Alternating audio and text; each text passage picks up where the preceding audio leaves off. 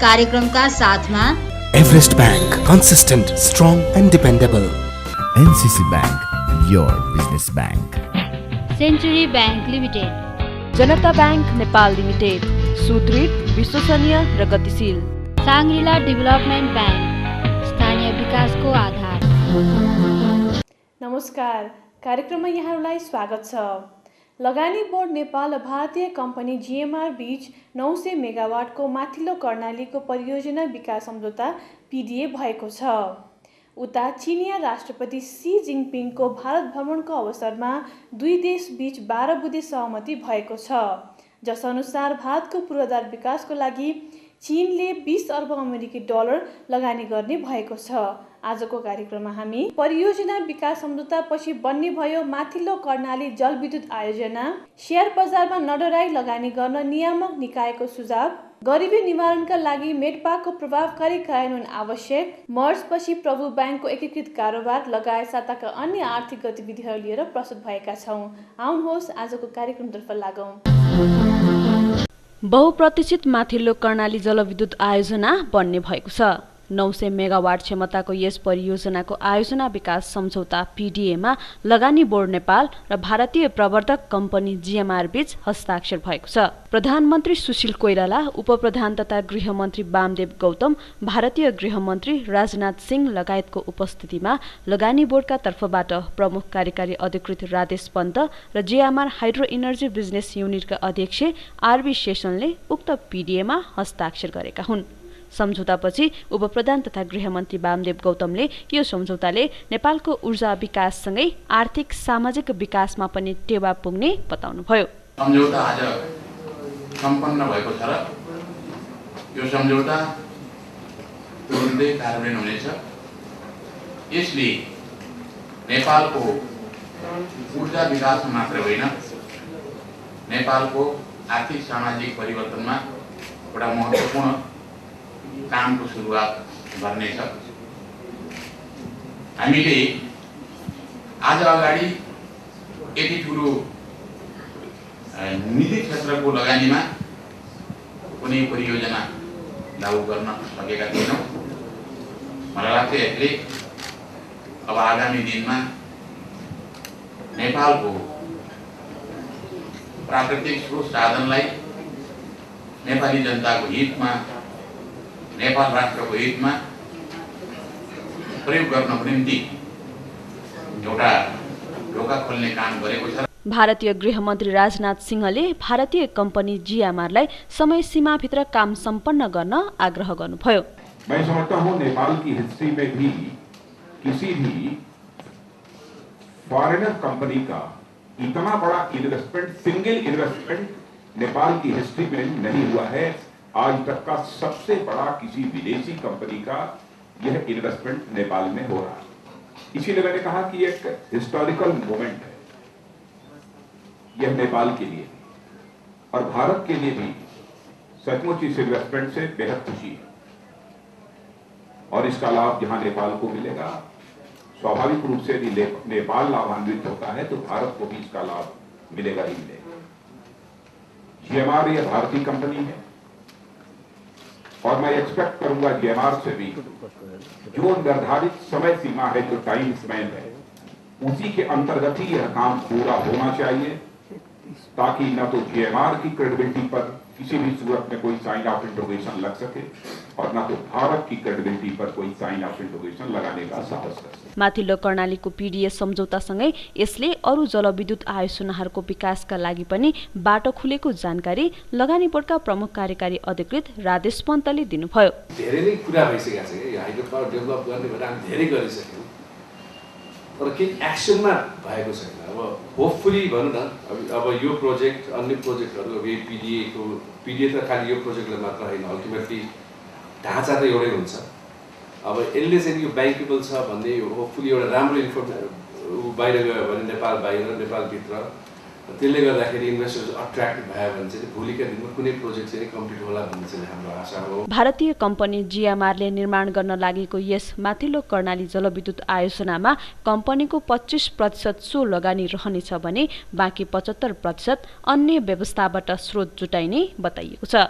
जिएमआरले 2 वर्षभित्र वित्तीय व्यवस्थापन र 5 वर्षभित्र आयोजना निर्माण सम्पन्न गरिसक्नुपर्नेछ। GMR Group is going to mobilize 25% of the equity capital which is required to execute this project. Balance 75% will be raised from the lending community, from the international banks. That probably includes the IFC, World Bank and such kind of associates. So we do not foresee any problem in raising both the requisite equity and debt capital to execute this project. Approximately, subject to corrections in the foreign exchange rates, it's about $1.5 billion US, which includes both the hydroelectric power plant and approximately about 100 kilometers of transmission line connecting to the India border. सम्झौता अनुसार जिएमआरले 27% निशुल्क share र 12% बिजुली नेपाललाई निशुल्क उपलब्ध गराउनेछ। नेपालले थप बिजुली पनि किन्न सक्ने व्यवस्था गरिएको छ। We are developing 900 megawatt of capacity. In that, 12% of the power generated, approximately about 108 megawatt, will be given as a free supply of power to government of Nepal in line with the agreement. That's about 108 megawatt, as I said, 12% of the installed capacity. Nepal government also will get about 27% of equity, which is roughly about 145 billion Nepali rupees. Then income tax, what we are going to pay eventually over a period of time to government of Nepal will accrue to the tune of about 80 billion Nepali rupees. And the transmission line and the plant, both after its concessional period is over, will be handed over as an asset transfer basis, that is on build, own, operate and transfer mechanism, and the government of Nepal will eventually become the owner of both the hydroelectric power plant as well as the transmission line. In addition to that, we will be supporting the local area development. उत्पादित बिजुलीको बजार सम्भावना नेपाल, भारत र बंगलादेश रहेको जिएमआरले बताएको छ। जिएमआरले 25 वर्षपछि आयोजना नेपाल सरकारलाई हस्तान्तरण गर्नेछ। भर्खरै प्रस्तुत गर्यो माथिल्लो कर्णालीको पीडीए सम्बन्धी रिपोर्ट। अब बेला भएको छ केही कमर्सियल्स। 1083 अङ्कमा पुगेको नेप्से परिसूचक 2 महिनाको अवधिमा 900 अङ्कभन्दा तल झरेको छ। पछिल्लो समय शेयर लगानीकर्ताहरूले आत्मविश्वास गुमाएकोले परिसूचकमा गिरावट आएको बताइएको छ। शेयर बजारमा देखिएको यो प्रवृत्तिका कारण नियामक निकायहरूले लगानीकर्ताहरूलाई सही विश्लेषण गरी लगानी गर्न सुझाव दिएको छ। एक रिपोर्ट। पछिल्लो समय शेयर बजार ओह्रालो लाग्दै गर्दा सरकार तथा नियामक निकायहरूले लगानीकर्ताहरू आत्तिनु नपर्ने बताएको छ। शेयर बजारमा लगानीकर्ताहरूको आत्मविश्वासमा आएको कमीका कारण नेप्से परिसूचकमा गिरावट आएको हो। यता नियामक निकायहरूले भने सही सूचनाको विश्लेषण गरी लगानी गर्न सुझाव दिएको छ।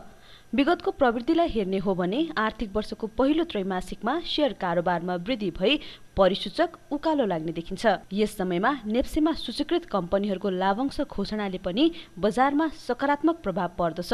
तर बजारमा प्रवाह हुने सूचनाको विश्लेषण बिना लगानीकर्ताहरू आत्तिएकाले बजारमा गिरावट जारी छ। विभिन्न किसिमको कुराहरू आइरहेको हुन्छ बजारमा, ती कुराहरूलाई चाहिँ भेरिफाई गरेर मात्र आफ्नो निर्णय गर्नुस्। खालि के भने अब बजार घट्छ, ल है बजार घट्यो भनेर एउटाले हल्ला मिटाएपछि ल अब त बजार क्रासै हुने भयो भनेर चाहिँ मान्छे दौडेर जाने हैन। ल अब चाहिँ बजार बढेको बढ्छ भन्ने एउटा हल्ला आएपछि ओहो अब त हामीले किन्नुपर्ने रहेछ भन्ने त्यो किसिमको चाहिँ टेन्डेन्सी हामीले बजारमा देखिरहेछौँ हैन। र त्यो टेन्डेन्सीलाई त कसरी निरुत्साहित गर्ने भनेको लगानीकर्ता आफै सचेत हुने हैन हो त्यसमा त। किनभने भनौँ हामी एज अ रेगुलेटर हामीले त्यसलाई बजारलाई त केही पनि गर्न सक्दैनौँ।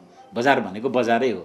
उही हाम्रो धितोपत्र बोर्ड अथवा नेप्से अथवा यो रेगुलेटरी बोर्डको काम भनेको त बजारमा कुनै बदमासी भएर कारोबार भएको छ भने त्यसलाई हामीले चाहिँ नि कन्ट्रोल गर्ने हो हैन। तर बजारलाई बजारको रूपमा नै छोड्नुपर्छ। बजार घट्ने र बढ्ने चाहिँ एउटा स्वाभाविक हो। तर अहिले देखिएको चाहिँ के भने अलिक अतालिएको जस्तो तर आत्तिनुपर्ने अवस्था चाहिँ हामीले देखेका छैनौँ। अहिले शेयर बजारमा साना लगानीकर्ताहरूको बाहुल्यता रहेको छ, जसकारण पनि बजारमा प्रभावित सूचनाको सही विश्लेषण हुन सकिरहेको छैन। यता ठूला एवं संस्थागत लगानीकर्ताहरूको प्रवेश न्यून हुनुले पनि बजार विस्तार हुन नसकेको अवस्था छ। हाल 2 सामूहिक लगानी कोष प्रवर्तकहरूको 3 वटा योजनाहरू नेप्सेमा सूचीकृत छन्। गत साता अर्को सामूहिक लगानी कोष प्रवर्तक एनएमबी क्यापिटलको 60 करोड रुपैयाँ बराबरको एनएमबी सुलभ लगानी कोष योजनाको बिक्री खुल्ला गरिएको छ।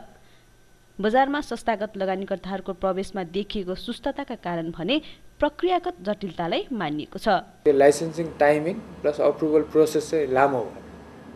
कुनै पनि प्रोसेस अब जस्तै हामी कुनै पनि म्युचुअल फन्ड्सहरू आउँछ भने अब हामी पहिला एउटा लेभलमा कतिवटा स्किम दिने भनेर सुरु गरिरहेको छौँ हामी भर्खर इन्डस्ट्री स्टार्ट हुँदाखेरि। अब त्यो कुराहरूको डिस्कसनले पनि सर्टेन टाइमहरू पहिला हिटअप गर्यो। त्यसपछि क्रेडिट रेटिङलाई म्यान्डेटरी बनाइयो त्यसले गर्दाखेरि फेरि टाइम हिटअप गर्यो।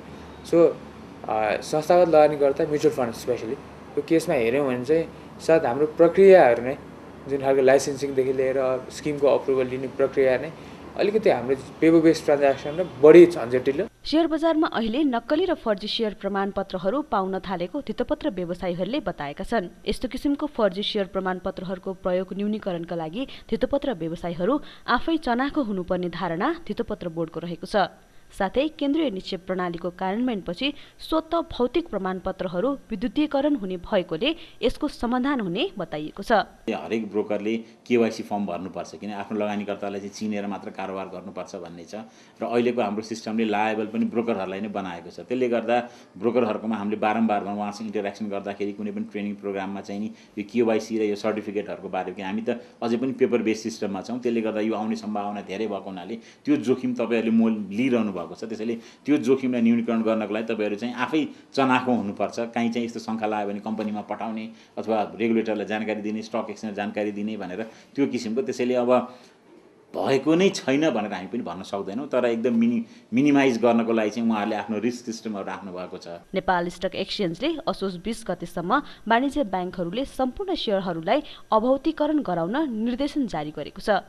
पहिलो चरणमा अभौतिकरण भएका शेयरहरूको कारोबार कार्तिक 2 गतेदेखि गरिने समेत निर्देशनमा उल्लेख छ। यता केन्द्रीय निक्षेप प्रणालीका लागि नेपाल स्टक एक्सचेन्ज र सिरियस एन्ड क्लियरिङ कम्पनी तयार रहेको धितोपत्र बोर्डले बताएको छ। साथै केन्द्रीय निक्षेप प्रणालीको कार्यान्वयनपछि शेयर बजारमा केही सकारात्मक प्रभाव पर्ने जनाइएको छ। नयाँ सिस्टम इन्ट्रोड्युस गर्दाखेरि केही हिकअप्सहरू त आउँछ होइन, केही समस्याहरू आउन सक्छ र त्यो समस्या समाधान गर्नको लागि चाहिँ उहाँहरू चाहिँ क्षमतायुक्त हुनुहुन्छ, किनभने त्यो मेकानिजम उहाँहरूले क्रिएट गरिसक्नु भएको कुरो हामीले पनि हाम्रो सुपरभिजनबाट हेरेको छौँ, देखेको छौँ होइन। त्यसले गर्दाखेरि चाहिँ नि समस्याहरू आउन सक्छन्, यो समस्या बिना नै यो स्मुथली हुन्छ भन्ने होइन, तर त्यो आएको समस्यालाई समाधान गर्न मेकानिजमहरू भइसकेको हुनाले यो स्मुथली नै जान्छ भन्ने चाहिँ हाम्रो विश्वास छ। ओभरअल मार्केटको लागि चाहिँ पक्कै राम्रो कुरा हो, किन सिरियस एज भने जुन पेपर बेस्ड ट्रान्ज्याक्सन छ त्यसलाई एउटा फर्स्ट स्टेजमा इलेक्ट्रोनिक फर्ममा डिम्याट फर्ममा जाने हो, त्यसले भ्यालु एड चाहिँ पक्कै गर्छ। तर त्यसको इम्प्याक्ट भने राइट अवे 20 गतेपछि नै बढ्ने या घट्ने चाहिँ नदेखेला। बरु अहिलेको अब अलिकति हामीले मार्केटको इन्फर्मेसन पाएअनुसार चाहिँ अलिकति मार्केटको सप्लाई बढ्नु रिजन चाहिँ इभन सिडिएसको इम्प्लिमेन्टेसनको एउटा कट अफ टाइममा जहाँ इन्भेस्टर एट लार्जमा छरिएर रहेका इन्भेस्टमेन्ट्सहरूलाई चाहिँ उहाँले एउटा सेन्ट्रलाइज वेले, किनभने त्यो स्ट्रक्चर्ड वेले एउटा सिस्टममा जाने भयो भएर त्यो खालको पनि सप्लाई बढायो हो कि भन्ने खालको इन्फर्मेसन पनि हामीले पाएका छौँ। सो त्यो हिसाबले मार्केट चाहिँ ओभरअल सिडिएसको इम्प्याक्ट चाहिँ पोजिटिभली नै हुनुपर्छ। गत श्रावण 5 गते 1083.55 अङ्कमा पुगेको नेप्से परिसूचक हाल 900 अङ्कभन्दा मुनि झरेको छ। लगानीकर्ताहरूमा आएको आत्मविश्वासको कमीले बजार ओह्रालो लागे पनि शेयर बजारको प्राविधिक विश्लेषण गर्ने हो भने बजार सुधार हुने देखिन्छ। हामीसँग लघु उद्यम विकास कार्यक्रम सम्बन्धी रिपोर्ट अझै बाँकी छ, तर त्यसभन्दा अगाडि छोटो कमर्सियल्स। सरकारले दशैंलाई लक्षित गरी मुलुकभर 70 स्थानमा सुपथ मूल्य पसल सञ्चालनमा ल्याएको छ। स्थानीय बजारमा गत साताको अन्तिम दिन सुन प्रति तोला 51,350 रुपैयाँमा कारोबार भएको छ, जुन पछिल्लो 3 महिना यताकै न्यून हो। कर्मचारी सञ्चय कोषले निजी क्षेत्रका कर्मचारीहरूका लागि निवृत्तिभरण योजना सञ्चालनमा ल्याउने भएको छ। थप आर्थिक सामग्री सहितको अबको प्रस्तुति बिजनेस राउन्डअप। मुलुकमा सामाजिक, आर्थिक एवं राजनीतिक अस्थिरता विद्यमान रहे पनि वित्तीय क्षेत्रमा मन्दीको स्थिति नभएको केन्द्रीय ब्याङ्कका गभर्नर डाक्टर युवराज खतिवडाले बताउनु भएको छ। उक्त कुरा नेसनल ब्याङ्किङ ट्रेनिङ इन्स्टिच्युट एनबिटिआईले संस्थागत सुशासन हामी कहाँ चुक्यौँ नामक कार्यशाला गोष्ठीको उद्घाटन सत्रमा बताउनु भएको हो। यस्तै उहाँले संस्थागत सुशासन कायमका लागि संस्थाहरूको मानव संसाधन, आन्तरिक नियन्त्रण प्रणाली, लेखामान प्रणाली लगायतमा ध्यान दिन आवश्यक रहेको बताउनु भएको छ।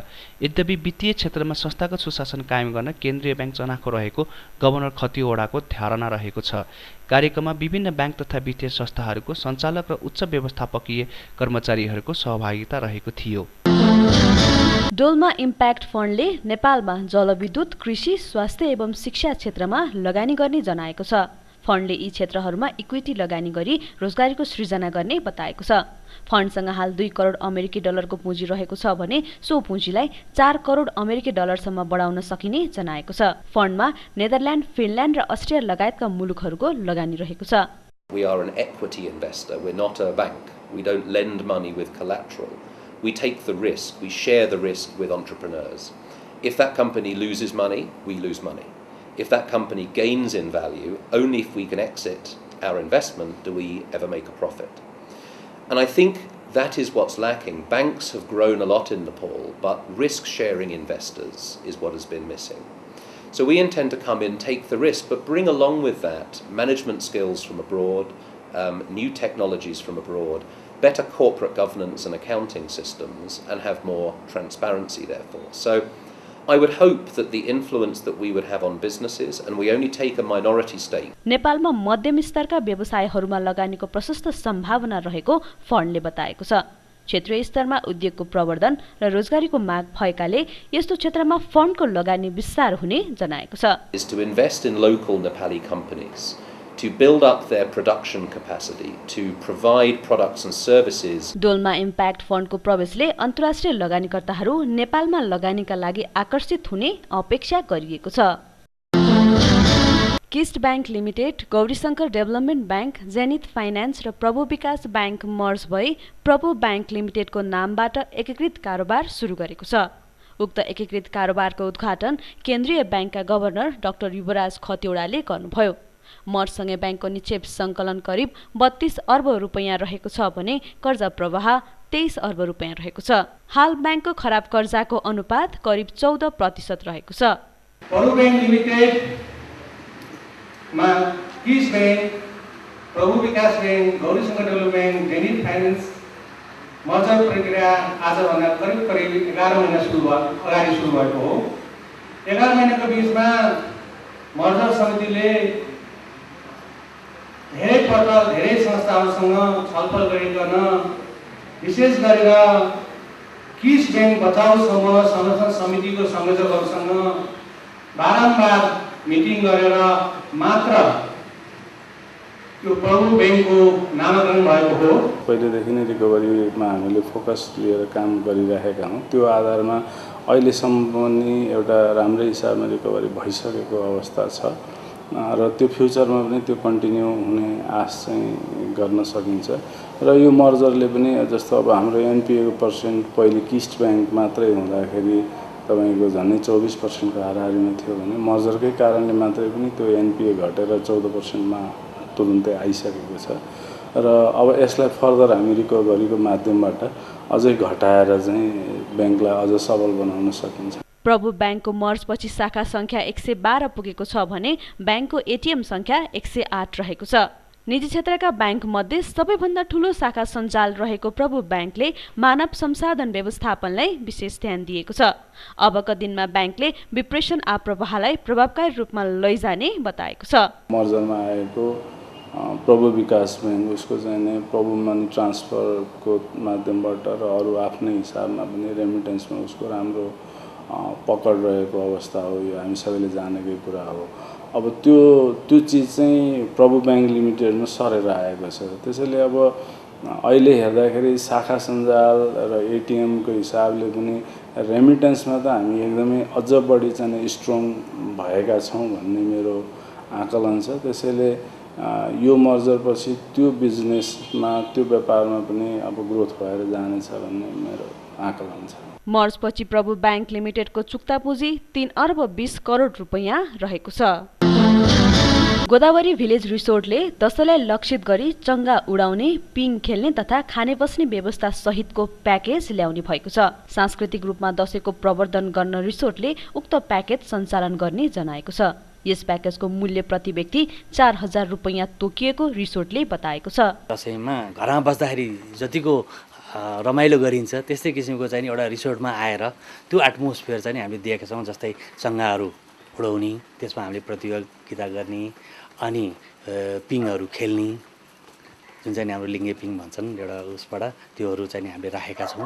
र साथै हाम्रो के छ भने राति बस्दाखेरि अब जस्तै अब तपाईँको नेपाली डान्सहरू, तपाईँको अब यो डिजेहरू र एउटा चाहिँ नि खानाको परिकारहरू पनि त्यस्तै दसैँमा हामी जुन खान्छौँ मासु भात भनौँ न अरू अब तपाईँको सेल पुरी यस्तै किसिमको के छ भने परिकारहरू राखेर हामीले एउटा चाहिँ नि प्याकेज गरेका छौँ पर डे अनुसार। यो चाहिँ नि हाम्रो दसैँदेखि तिहारसम्म नै हामीले लगभग 1 महिना जस्तो हामी सुरु गर्छौँ। ललितपुर जिल्लाको गोदावरीमा अवस्थित यस रिसोर्टमा हाल 69वटा कोठाहरू रहेका छन्।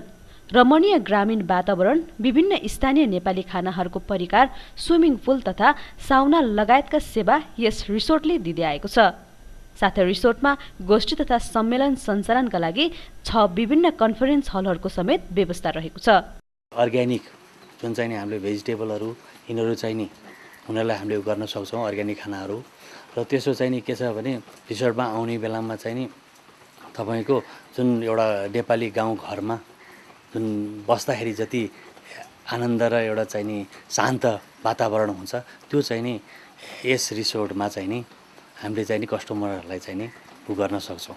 खानाको कुरामा पनि अब हामीले विभिन्न विदेशी खानाहरूको साथसाथै हामीले नेपाली मौलिकता भएको खानाको लागि पनि एउटा गोदावरी रिसोर्ट भरेपछि तपाईँको पहिलेदेखि नै धेरै नै नाम चलेको छ। गोदावरी रिसोर्टले आगामी दिनमा थप कोठाहरू विस्तार गर्ने जनाएको छ। साथै रिसोर्ट योगाका लागि विशेष कक्ष र बाल उद्यान समेत खोल्ने योजनामा रहेको छ। ओम फाइनान्स लिमिटेड सञ्चालनको 15औं वर्षमा प्रवेश गरेको छ। कम्पनीले गत आर्थिक वर्षको मुनाफाबाट शेयरधनीहरूलाई 19.5% बोनस दिने बताएको छ। ओम फाइनान्सले भदौ मसान्तसम्ममा 4 अर्ब 55 करोड रुपियाँ निक्षेप सङ्कलन गरी 3 अर्ब 36 करोड रुपियाँ कर्जा प्रवाह गरेको छ। 14 वर्ष पुरा गरेर हामी 15 वर्षमा प्रारम्भ भएको छ। हामीले सुरुका दिनदेखि नै हामी यो कम्पनीले चाहिँ लाभांश बाँड्दै आएको छ। सुरुको पहिलो वर्ष पनि हामीले 5% लाभांश बाँडेको थियौँ भने अहिलेसम्म 14 वर्ष हामीले निरन्तर हामीले नाफा भएको छ। र यो वित्तीय संस्था चाहिँ नेपालमा भएको फाइनेन्स कम्पनीमा राम्रो गरेर हामी गरेका छौँ। ओम फाइनान्स पोखराको कामना विकास ब्याङ्कसँग मर्जको तयारीमा रहेको छ। यही मागबाट एकीकृत कारोबार सुरु गर्ने योजनामा रहेको फाइनान्सले मर्जपछि ओम विकास ब्याङ्कको रूपबाट सञ्चालनमा आउने बताएको छ। फाइनान्सले आगामी 5 वर्षभित्र वाणिज्य ब्याङ्क बन्ने लक्ष्य लिएको छ। हामीले पोखरामा स्थित कामना विकास ब्याङ्क जसले सुरुको दिनदेखि नै राम्रो मुनाफा गर्दै आएको एउटा राम्रो चाहिँ विकास ब्याङ्क हो। ऊ क्षेत्रीय स्तरको विकास ब्याङ्क हो। उसँग हामीले मर्ज गरेर हामी चाहिँ राष्ट्रिय स्तरको विकास ब्याङ्क बन्ने हाम्रो लक्ष्य अनुरूप हामी काम अगाडि बढाएका छौँ। र राष्ट्र ब्याङ्कले पनि हामीलाई चाहिँ सहमति पत्र दिइसकेको छ। हाम्रो लक्ष्य छ मार्च 1 गते एकीकृत कारोबार गरेर गर्ने हाम्रो लक्ष्य राखेका छौँ, जसमा चाहिँ ओम विकास ब्याङ्कको नामबाट यो चाहिँ सञ्चालन हुनेछ। पोखरामा प्रधान कार्यालय रहेको ओम फाइनान्सको 9वटा शाखा कार्यालयहरू सञ्चालनमा रहेका छन्। ओम फाइनान्सको चाहिँ 9वटा शाखा छ भने कामना विकास ब्याङ्कको पनि 9वटा शाखा छ। यो दुईटा भएपछि हाम्रो 18 शाखा हुन्छ। त्यसमा पहिलो वर्ष हामी चाहिँ शाखा विस्तार गर्दैनौँ, यसलाई भएको शाखालाई नै व्यवस्थित गरेर हामी लान्छौँ। त्यसपछि स्थिति हेरेर चाहिँ एउटा हामी शाखा पनि बढाउँछौँ। र त्योभन्दा पनि अझ हाम्रो लक्ष्य के छ भने राम्रो कुनै पनि राम्रो क्षेत्रमा चाहिँ काम गरिरहेको राम्रो चाहिँ विकास ब्याङ्क अथवा फाइनेन्स कम्पनीलाई नै हामी गाडेर चाहिँ हाम्रो चाहिँ नेटवर्क बनाउने हाम्रो चाहिँ लक्ष्य छ। फाइनान्सले उद्योग, व्यापार, कृषि लगायतमा कर्जा लगानी गर्दै आएको छ। जर्मनीको डुसेलड्रफमा आयोजना हुन लागेको औषधि तथा औषधिजन्य उपकरणहरूको मेला मेडिका 2014मा नेपाली व्यवसायीहरूले पनि सहभागिता जनाउने भएको छ। Nepal German chamber of commerce and industry NGCCI को अगुवाईमा नेपाली व्यवसायीहरूलाई उक्त मेलामा सहभागी बनाउने एक कार्यक्रममा जानकारी गराइएको छ। मेला यही नोभेम्बर 11 देखि 16 तारिकसम्म सञ्चालनमा रहनेछ। यस मेलामा करिब 120 राष्ट्रहरू सम्मिलित हुने बताइएको छ। मेलामा नेपाली व्यवसायीहरूको सहभागिताका लागि लागत खर्च 2,50,000 रुपियाँ रहने NGCCI ले बताएको छ। हामीसँग लघु उद्यम विकास कार्यक्रम सम्बन्धी रिपोर्ट अझै बाँकी छ, तर त्यसभन्दा अगाडि छोटो कमर्सियल्स। लघु उद्यम विकास कार्यक्रम ग्रामीण क्षेत्रको गरिबी न्यूनीकरणमा सहयोगी बन्दै आएको छ। नेपाल सरकारको रोहबर र संयुक्त राष्ट्र सङ्घीय विकास कार्यक्रम UNDP को आर्थिक सहयोगमा सञ्चालित लघु उद्यम विकास कार्यक्रम मेडेपको सफलताले उक्त कुरालाई पुष्टि गरेको छ। गरिबी न्यूनीकरणका लागि लघु उद्यम विकास कार्यक्रम मेडपाले अर्थतन्त्रको विकासमा टेवा पुर्याउँदै आएको छ। तर यस कार्यक्रमको प्रभावकारिता बढाउनका लागि सरकारले कार्यान्वयन पक्षलाई जोड दिन आवश्यक रहेको छ। एक सामग्री नेपाल सरकार तथा संयुक्त राष्ट्रसङ्घीय विकास कार्यक्रम UNDP को परियोजनाको रूपमा रहेको लघु उद्यम विकास कार्यक्रम मेडेपले ग्रामीण बेरोजगारीलाई सम्बोधन गर्ने तथा न्यून आय स्तर भएका स्थानीय स्तरमा पिछडिएका वर्ग, जनजाति, महिला वर्गलाई आर्थिक अवसर सृजनाको काम गर्दै आइरहेको छ। मेडेप सञ्चालनको चौथो चरणसम्म आइपुग्दा यो कार्यक्रम गरिबी निवारणका लागि सफल साबित भएको छ। दाताहरूबाट सहयोग गरिएको यो सफल कार्यक्रमलाई नेपाल सरकारले पनि आन्तरिकीकरण गर्दै गरिबी निवारणका लागि लघु उद्यम विकास कार्यक्रम मेडपा कार्यक्रम सञ्चालन गरिरहेको छ।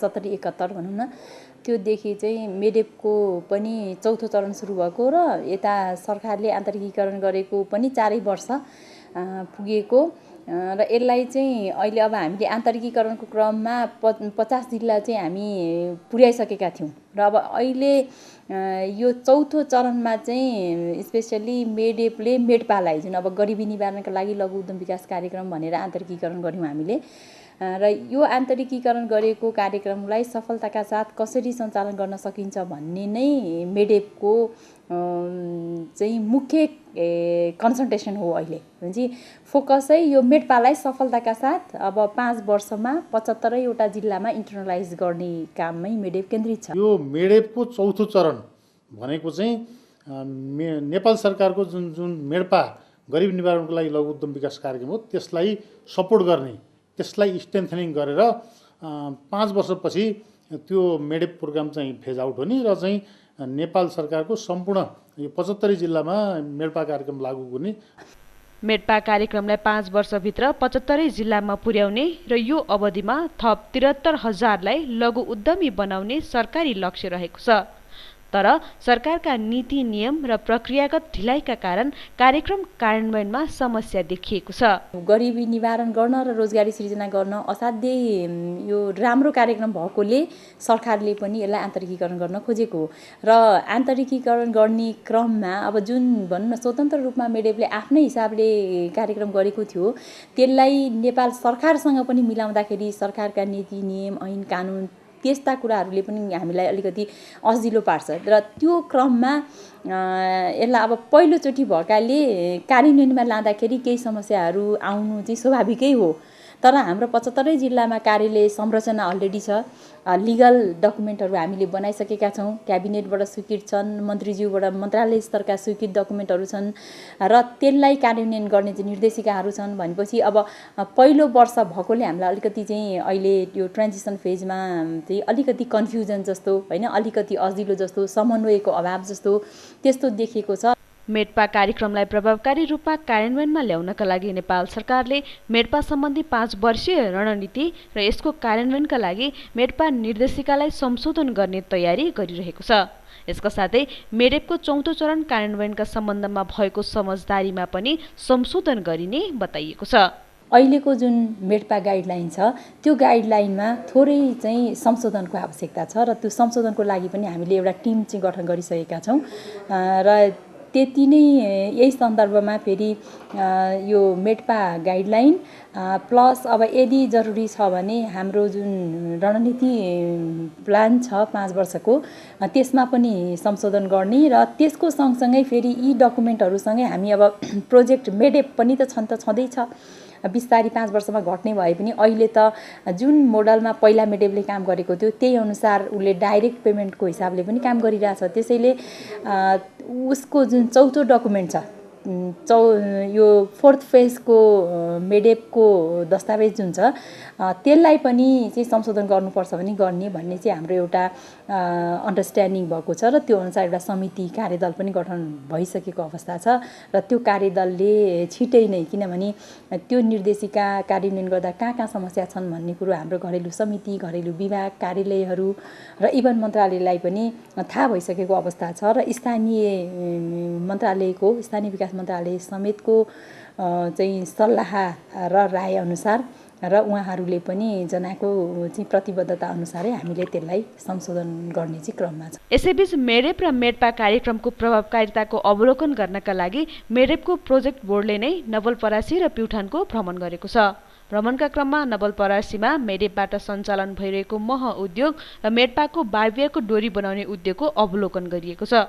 उक्त बोर्डले त्यहाँका जिल्ला विकास समिति, सरकारवाला र लाभान्वित समूहहरूसँग पनि छलफल गर्यो। मेडेपका कार्यक्रम कार्यान्वयनमा भन्दा मेडपाका कार्यक्रम कार्यान्वयनमा ढिलाइ भइरहेको गुनासो व्यक्त गरिएको छ। अहिले पनि जिल्लामा चुनौती छन्, किनभने समस्या देखियो, त्यो चाहिँ उद्यमीहरूले पनि भन्नुभयो।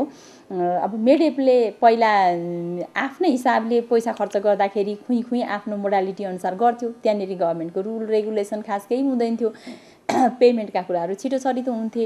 अब अहिले कार्यक्रम स्वीकृतिदेखि नै हाम्रो त सबै गभर्मेन्टको प्रोसेस पुर्याउनु पर्ने हुँदाखेरि मेडेपभन्दा मेडपा अलिकति ढिलो भइरहेछ हामीले पाउने कुरा चाहिँ भनेर उहाँहरूले कमेन्ट पनि गर्नुभयो। त्यो चाहिँ हाम्रो लागि असाध्यै राम्रो इनपुट हो कि। र वास्तवमा अब यो गत वर्षमा हामीले निर्देशिका बनाउँदै साह्रै ढिलो गऱ्यौँ, मेडपातर्फको त्यति साह्रो प्रगति हुन सकेन। अब यो त्यो पहिलो वर्ष थियो, पहिलो पनि आधीबाट सुरु गऱ्यौँ नि त हामीले। अनि अब अहिले नै पनि फेरि निर्देशिका जुन स्थानीय निकायले खर्च गर्ने कि यताबाट खर्च गर्ने हाम्रो चाहिँ घरेलु मार्फत भन्ने कुराको मिलाउँदै अहिले पनि हेर्नु न अब होइन असोज भइसक्यो। अब अहिले पनि हामी मिलाउने क्रममा छौँ। यति बेला अख्तियारी गरेर कार्यक्रम सुरु हुनु पर्थ्यो नि त, किनभने यो यसरी हामीले इन्टरनलाइज गर्दाखेरिको र गभर्मेन्टको सिस्टममा आउँदाखेरिको चाहिँ इम्प्लिकेसनहरू हुन् के। तथापि के भने कतिन्जेल ढिलो हुन्छ त, अब सुधार गर्दै जाने हो नि त। यी कार्यक्रमहरूले ग्रामीण अर्थतन्त्र विकासमा टेवा पुर्याउँदै आएका छन्। सरकारले मेडपा कार्यक्रमको प्रभावकारिता बढाउनका लागि कार्यान्वयन पक्षलाई जोड दिन आवश्यक छ।